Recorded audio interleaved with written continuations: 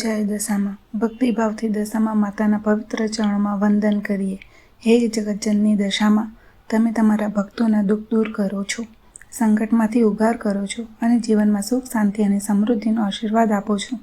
જે ભક્ત શ્રદ્ધા અને વિશ્વાસથી તમારું વ્રત કરે છે તેમની મનોકામના પૂર્ણ થાય છે. આજે આપણે દશા માતાની એક પવિત્ર અને પ્રેરણાદાયક કથા સાંભળીએ. પ્રાચીન સમયમાં એક વિશાળ અને સમૃદ્ધ રાજ્ય હતું. ત્યાં એક પરાક્રમી રાજા તેમના ધર્મનિષ્ઠ રાણી રહેતા હતા. રાજ્યમાં ધન, વૈભવ, હાથી, ઘોડા, સૈનિકો અને સુખ સુવિધાની કોઈ કમી ન હતી. પ્રજા રાજાને પ્રેમ કરતી હતી અને રાજ્યમાં સુખ શાંતિનો માહોલ હતો. એક દિવસ રાણીએ મહેલના ઝરૂખામાંથી શહેર તરફ નજર કરી. તેમણે જોયું કે અનેક સ્ત્રીઓ નવા વસ્ત્રો પહેરીને માથે પૂજાની થાળી લઈને ભક્તિપૂર્વક એક વિશેષ વ્રત કરી રહી છે. તેમના ચહેરા ઉપર આનંદ અને શ્રદ્ધાનો તેજ ઝળહળી રહ્યો હતો. રાણીના મનમાં વિચાર આવ્યો, આ કયું પવિત્ર વ્રત હશે જેનાથી આ બહેનોને એટલો આનંદ અને સંતોષ મળે છે. જિજ્ઞાસાથી પ્રેરણાઈ રાણી મહેલમાંથી બહાર નીકળ્યા અને વ્રત કરતી બહેનો પાસે પહોંચ્યા. વિનમ્રતાથી પૂછ્યું, બહેનો, તમે કયા દેવીનું વ્રત કરો છો અને તેનું શું મહત્વ છે? બહેનોએ પ્રેમથી જવાબ આપ્યો, અમે દશા માતાનું વ્રત કરીએ છીએ. માતા પોતાના ભક્તોના સંકટ દૂર કરે છે અને જીવનમાં સુખ, શાંતિ અને સમૃદ્ધિ આપે છે. આ વ્રત શ્રદ્ધા, નિયમ અને વિશ્વાસથી કરવામાં આવે છે. આ વાત સાંભળીને રાણીના હૃદયમાં પણ દશામા પ્રત્યે અડગ શ્રદ્ધા જાગી. તેમણે મનમાં નક્કી કર્યું કે તેઓ પણ દશા માતાનું વ્રત જરૂર કરશે. રાણીના મનમાં દશા માતા પ્રત્યે અડગ શ્રદ્ધા જન્મી હતી. મહેલમાં પાછા આવી તેમણે રાજાને પ્રેમથી કહ્યું, મહારાજ, આજે મેં શહેરની અનેક સ્ત્રીઓને દશા માતાનું વ્રત કરતા જોયા. તેઓએ જણાવ્યું કે આ વ્રતથી જીવનના સંકટ દૂર થાય છે અને માતાજીના આશીર્વાદથી સુખ સમૃદ્ધિ મળે છે. મારી પણ ઈચ્છા છે કે હું આ પવિત્ર વ્રત કરું.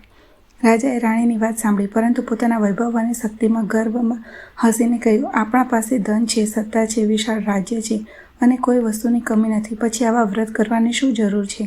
આપણું કલ્યાણ કોઈ વ્રતથી નહીં, આપણા પરાક્રમથી થાય છે.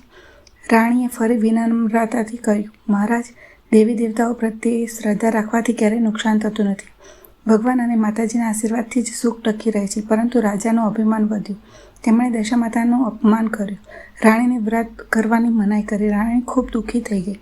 તેમણે વિચાર્યું કે સંપત્તિ અને સત્તા હોવા છતાં ભગવાન પ્રત્યે વિનમ્રતા તો હોવી જ જોઈએ, પરંતુ પતિની આજ્ઞાનો ભંગ કરવો નહોતો. દશા માતા પોતાના ભક્તોનું અપમાન સહન કરતા નથી, પરંતુ તેઓ તરત દંડ પણ આપતા નથી. તેઓ મનુષ્યને પોતાની ભૂલ સમજવાની તક આપે છે. થોડા દિવસો પછી એક રાજાએ એક અદ્ભુત સ્વપ્નમાં માતાજી આવ્યા અને દિવ્ય તેજ દેખાયું. તેમાં માતાજીનો અવાજ સંભળાયો, હે રાજા, અભિમાન મનુષ્યનો સૌથી મોટો શત્રુ છે. સમય આવતા બધું બદલાઈ શકે છે. એટલું કહી દિવ્ય પ્રકાશ અદૃશ્ય થઈ ગયો. સવારે રાજા જાગ્યા. તેમને સ્વપ્ન યાદ તો હતું, પરંતુ તેમને ગંભીરતાથી લીધું નહીં. તેમને હજુ પણ પોતાના બળ અને રાજ્યનો ગર્વ હતો, પરંતુ સમયનું ચક્ર હવે ફરવાનું શરૂ થઈ ગયું. સમય હંમેશા એક સરખો રહેતો નથી. થોડા દિવસોમાં રાજાના જીવનમાં મોટો ફેરફાર આવ્યો. એક સવારે રાજમહેલમાં અચાનક શંખનાદ અને નગારા વાગવા લાગ્યા. સૈનિકો દોડતા દોડતા દરબારમાં આવ્યા અને ચિંતાભરા સ્વરે બોલ્યા, મહારાજ, પાડોશી રાજ્યના વિશાળ સેના આપણા રાજ્ય પર આક્રમણ કરીને આગળ વધી રહી છે. તેઓ રાજ્યને કબજે કરવાની તૈયારીમાં છે. રાજાએ પરત પોતાના સેનાને યુદ્ધ માટે તૈયાર થવાનો આદેશ આપ્યો. યુદ્ધ શરૂ થયું. બંને તરફ વીર સૈનિકોએ પરાક્રમ બતાવ્યો, પરંતુ શત્રુની સેના ખૂબ મોટી હતી. રાજાની સેના ધીમે ધીમે નબળી પડવા લાગી. મંત્રીમંડળ રાજાને વિનંતી કરી, મહારાજ, અત્યારે પ્રજાનો અને રાજપરિવારનો જીવ બચાવવો વધુ જરૂરી છે. સમય આવે ત્યારે ફરી રાજ્ય પાછું મેળવી શકીશું. ભારે હૃદયે રાજાએ નિર્ણય લીધો. તેમણે રાણી અને પોતાના બંને રાજકુમારોને સાથે લીધા અને રાત્રિના અંધકારમાં મહેલ છોડ્યો. જે રાજા ક્યારે સુવર્ણ સિંહાસન પર બેઠતા હતા, તેઓ આજે નિર્જન જંગલમાં આગળ પગપાળા ચાલી રહ્યા છે. વૈભવ, મહેલ, સંપત્તિ અને સત્તા બધું પાછળ રહી ગયું. ઘણા કલાકો સુધી ચાલ્યા પછી પરિવારને તરસ લાગી. રસ્તામાં એક જૂની વાવ દેખાઈ.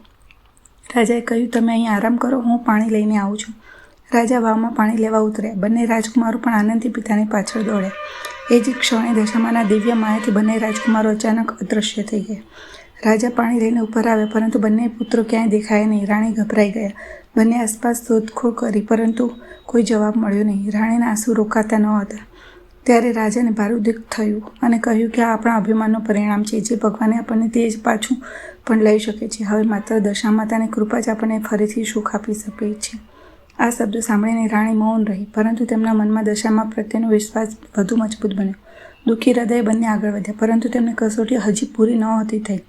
રાજા અને રાણી બંને રાજકુમારના વિયોગોમાં દુઃખી મનથી જંગલમાં આગળ વધતા રહ્યા. દિવસો સુધી તેઓ ભૂખ્યા તરસ્યા ભટકતા રહ્યા.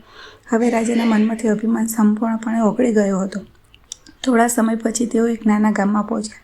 કામ કરીને જીવન નિર્વાહ કરવાનો વિચાર કર્યો, પરંતુ જ્યાં કામ માંગવા જતા તે કોઈને કોઈ મુશ્કેલી ઊભી થતી હતી. તેમને અપશુકન માની ગામમાંથી કાઢી મૂકતા હતા. એક સાંજે બંને થાકીને એક વૃક્ષ નીચે બેઠા. રાણીની આંખોમાંથી આંસુ વહેવા લાગ્યા. તેમણે કહ્યું, મહારાજ, હવે એક જ આશરો છે દશામાં. રાજાએ પણ હાથ જોડીને દશામાને પ્રાર્થના કરી કે મારો અભિમાનને ક્ષમા કરો. મેં તમારી મહિમા ન સમજી. હવે મને સાચો માર્ગ બતાવો. તે જ રાત્રિએ રાણીને સ્વપ્નમાં તેજસ્વી સ્વરૂપ દેખાયું અને માતા દશામાના દર્શન થયા. હે પુત્રી, શ્રદ્ધા અને નિયમથી દશામાનું વ્રત કર.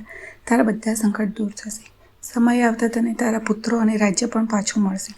સવારે રાણીએ રાજાને આખું સ્વપ્ન જણાવ્યું. બંનેના હૃદયમાં નવી આશા જાગી. બીજા દિવસથી રાજા અને રાણીની દશામાનું વ્રત શરૂ કર્યું.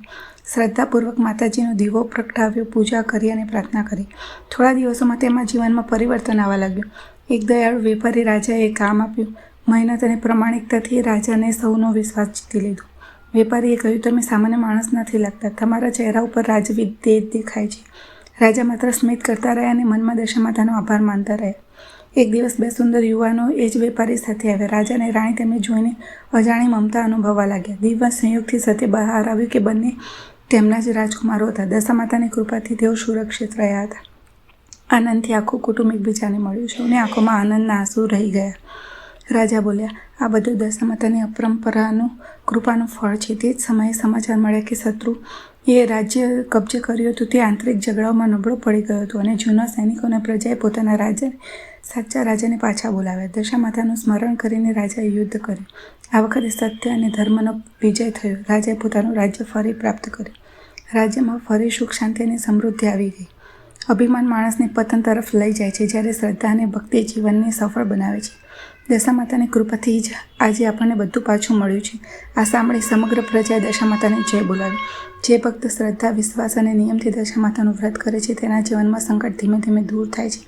માતાજી ભક્તને ધૈર્ય, સુખ, સમૃદ્ધિ અને મનની શાંતિ આપે છે. વ્રત દરમિયાન સત્ય, દયા અને સારા કર્મોનું પાલન કરવાથી માતાજીને વિશેષ કૃપા પ્રાપ્ત થાય છે. રાજા, રાણી અને સમગ્ર રાજ્યે દર વર્ષે ભક્તિભાવથી દશામાતાનું વ્રત કરવાનો સંકલ્પ કર્યો. તેમના જીવનમાં ફરી ક્યારેય એવું મોટું સંકટ આવ્યું નહીં. રાજ્ય સુખ, સમૃદ્ધિ અને ધર્મથી ભરાઈ ગયું. આ કથા આપણને શીખવે છે કે ધન, સત્તા અને વૈભવ કરતાં ભગવાન પ્રત્યેની શ્રદ્ધા, વિનમ્રતા અને સારા કર્મો વધુ મહત્વના છે. એ દશામાં જેવા રાજા રાણીને ફળ્યા તેવા સૌને ફળજો. अगर वीडियो पसंद आया हो तो लाइक, शेयर और सब्सक्राइब्स भक्ति वीडियो बनाने की प्रेरणा देता है।